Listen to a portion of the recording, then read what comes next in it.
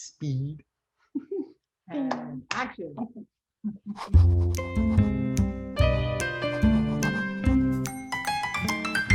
So today we're very pleased to be with Israel Jimenez, who appears in the next episode of our show, What's Your Problem? Who has a very integral role to the story and the plot of this entire season arc. So you're not going to want to miss it. Israel, thank you so much for being here. Handsome as always. Great to see you. My pleasure to be here. Thank you guys for having me. Oh, yeah, thank you. Yes, well, let's jump right in, shall we? You ready? All right. All right.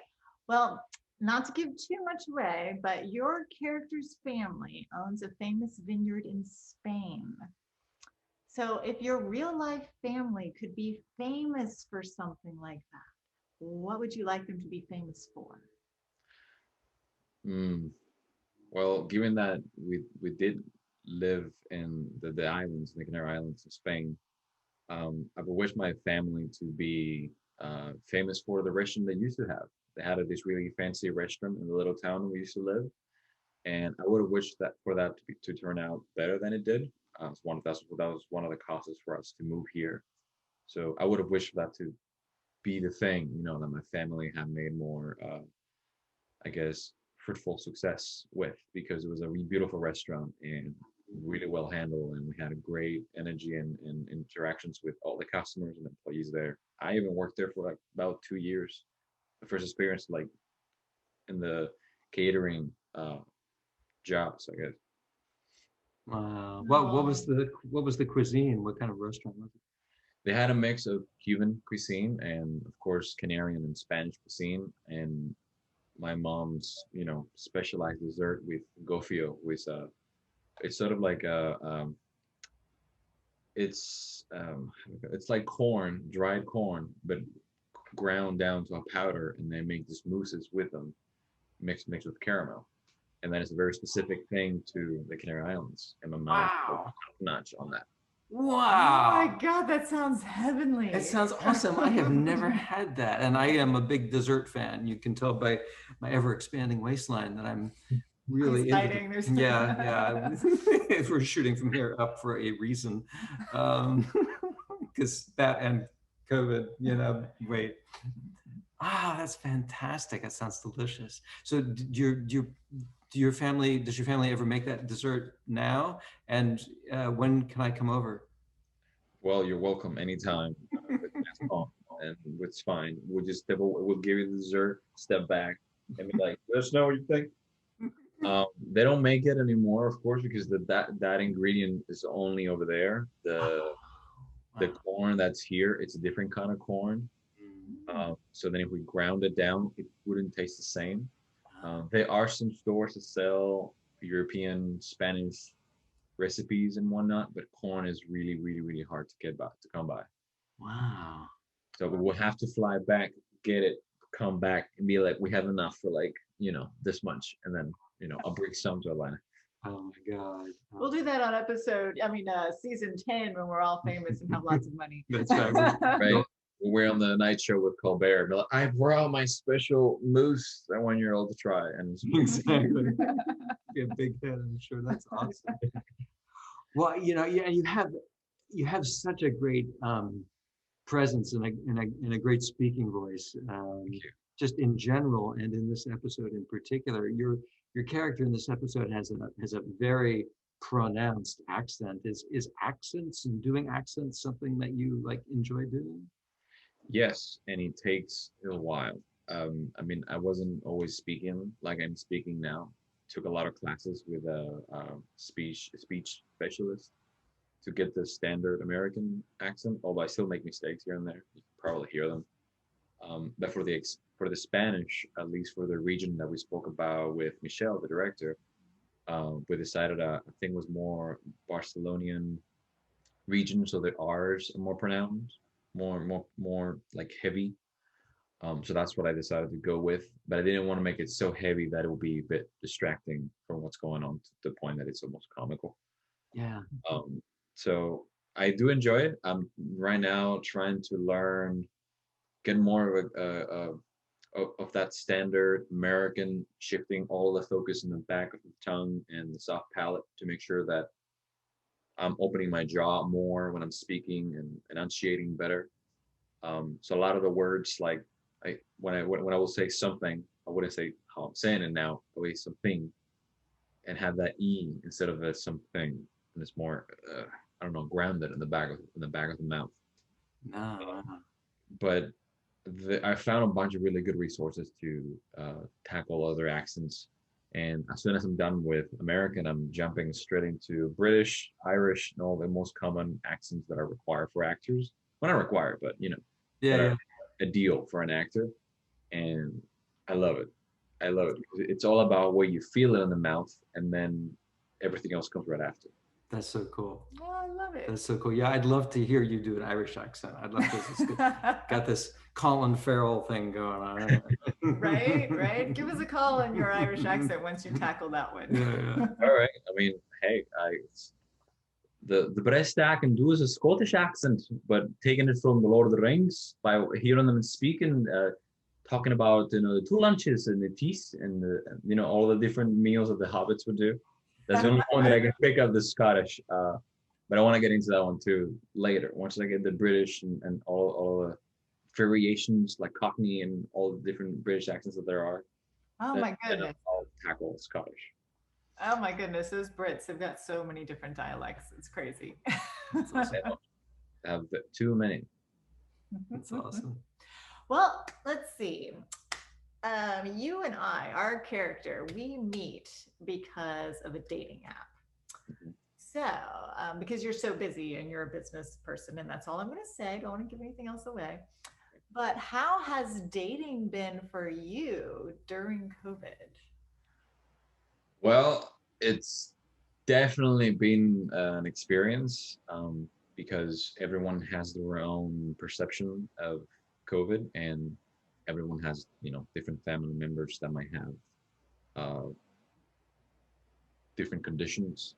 Some people that I've dated has had older parents that are not necessarily too old, but they're not the most active. So their fear for their immune system to be strong enough to withstand anything, as COVID is technically speaking in the air.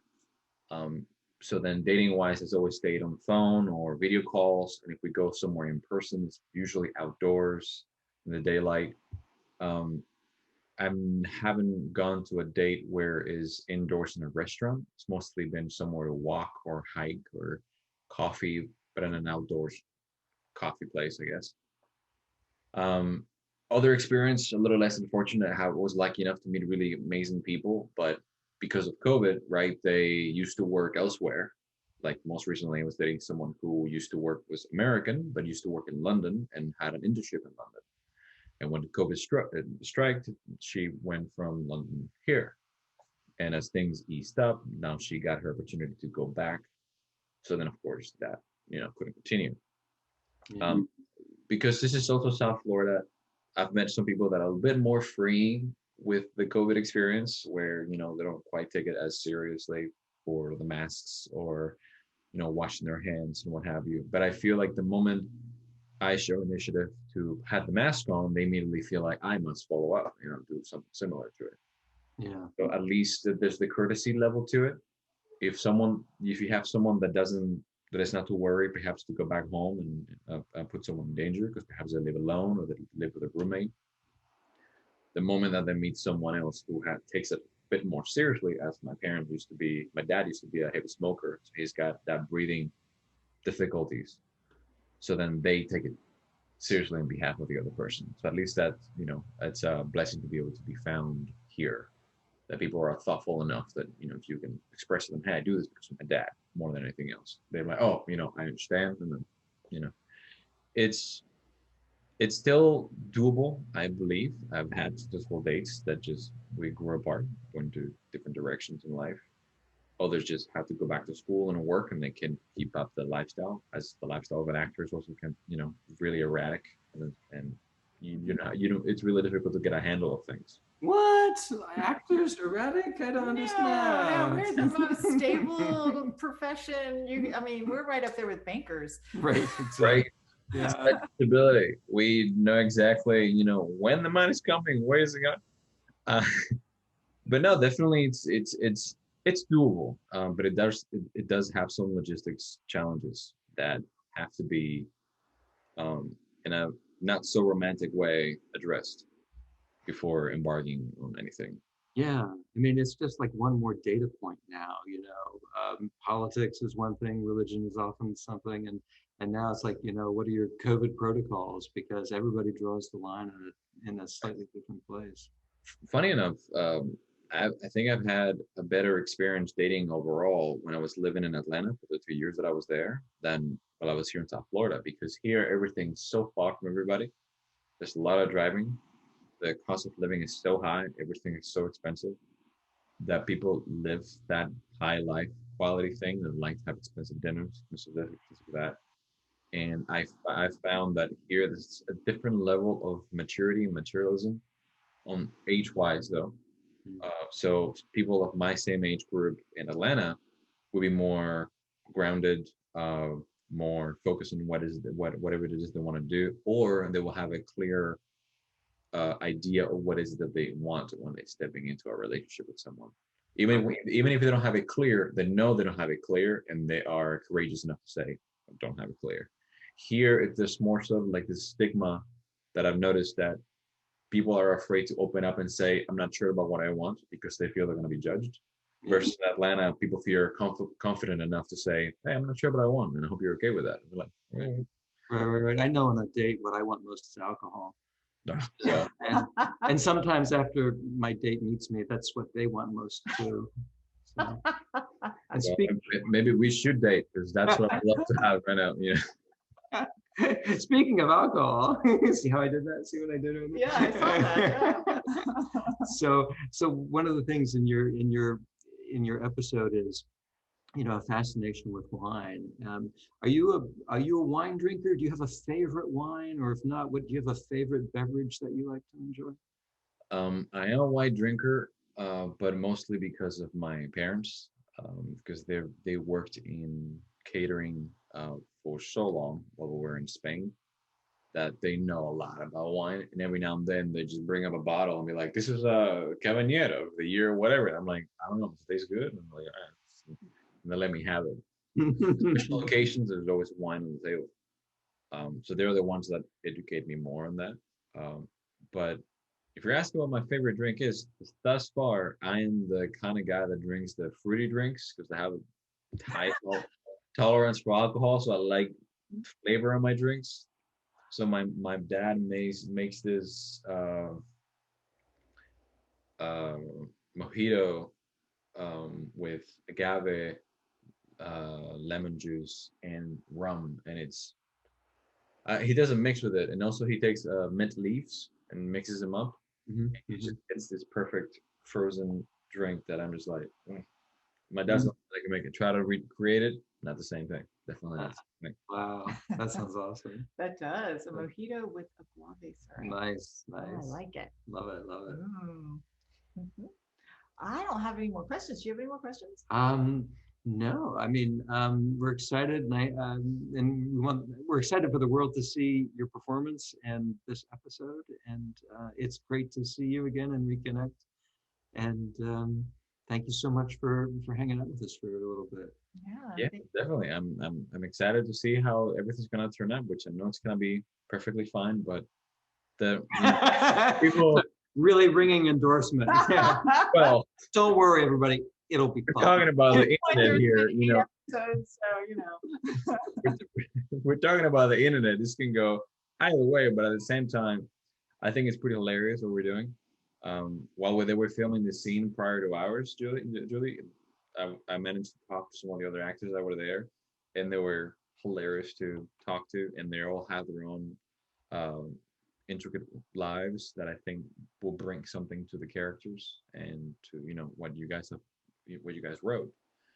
So if we're liking things get to continue, then I'm curious to see where things go and what creative choices everyone makes, because I think that's the most exciting part of all of this. Yeah, so are we. yeah. We hope it goes somewhere too. We hope it goes somewhere. Oh, no, we know. I'm sure Oh, so. For either through one force or another, Awesome. just takes a little willpower and we'll get it going one way. Absolutely. Well, Israel, thanks so much. It's so great to talk with you, and I'm grateful for your contribution to our show. Yes, it was Thank great. you guys for having me here. It's a pleasure, and I loved everything that we did.